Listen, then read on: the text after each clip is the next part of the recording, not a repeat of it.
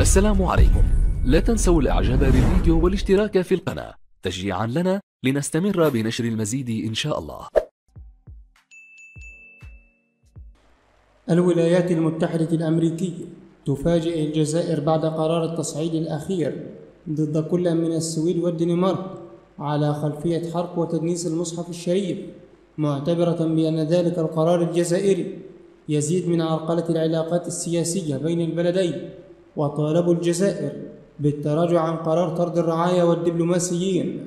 جاء ذلك خلال لقاء وزير الخارجية والجالية الوطنية بالخارج السيد أحمد عطاف مع مساعدة وزيرة الخارجية الأمريكية لشؤون المنظمات الدولية ميشيل سيسون، التي تقوم حاليا بزيارة عمل إلى الجزائر.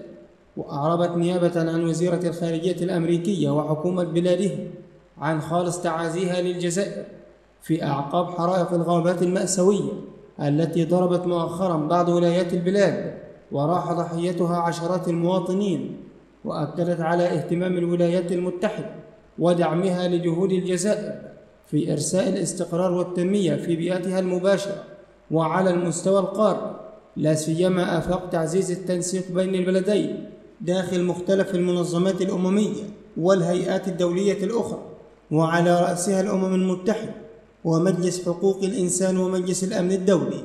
وفي الأخير شكرا لكم والسلام عليكم ورحمة الله وبركاته.